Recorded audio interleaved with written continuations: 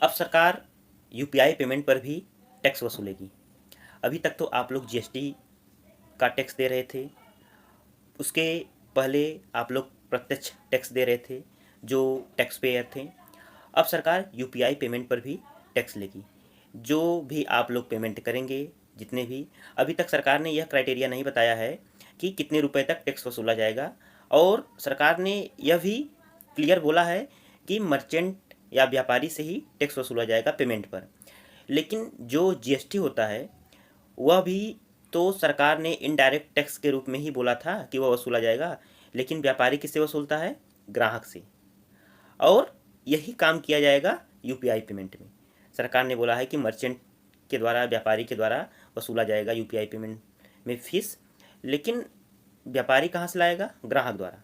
ग्राहक कैसे देगा? वह पर पेमेंट पे अपना पैसा बढ़ाकर ही पेमेंट करवाएगा, या फिर जो भी सामान लिया जाएगा उस पर मर्चेंट टैक्स भी लिखा रहेगा, जिससे ग्राहक पे करना पड़ेगा।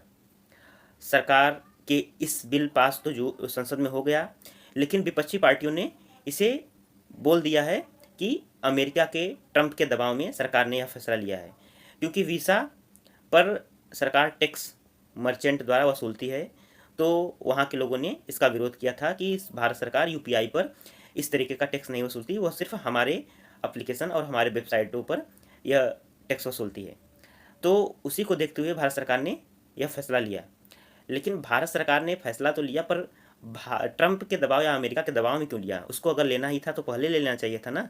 ये क्यों नीचे झुक रही है सरकार?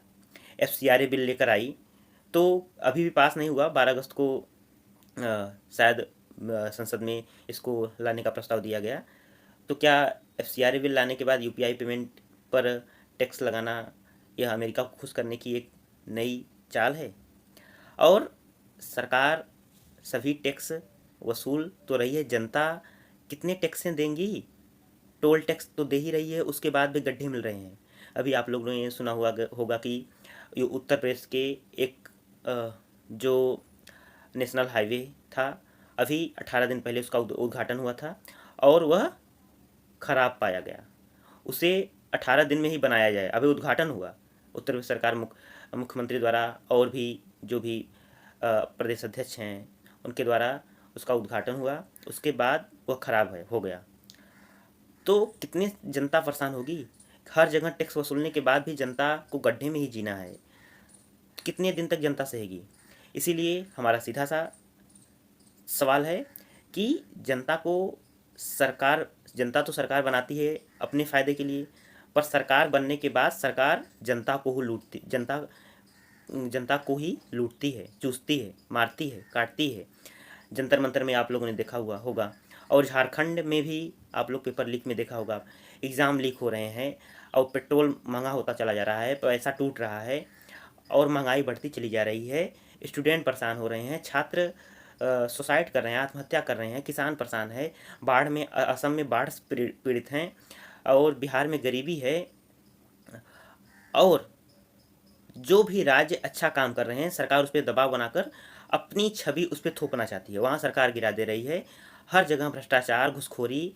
उत्तर प्रदेश की बात कर रहे हैं, यहाँ पर पुलिस प्रशासन इस तरीके से घुसखोरी करती है कि किसी को न्याय नहीं मिल रहा है।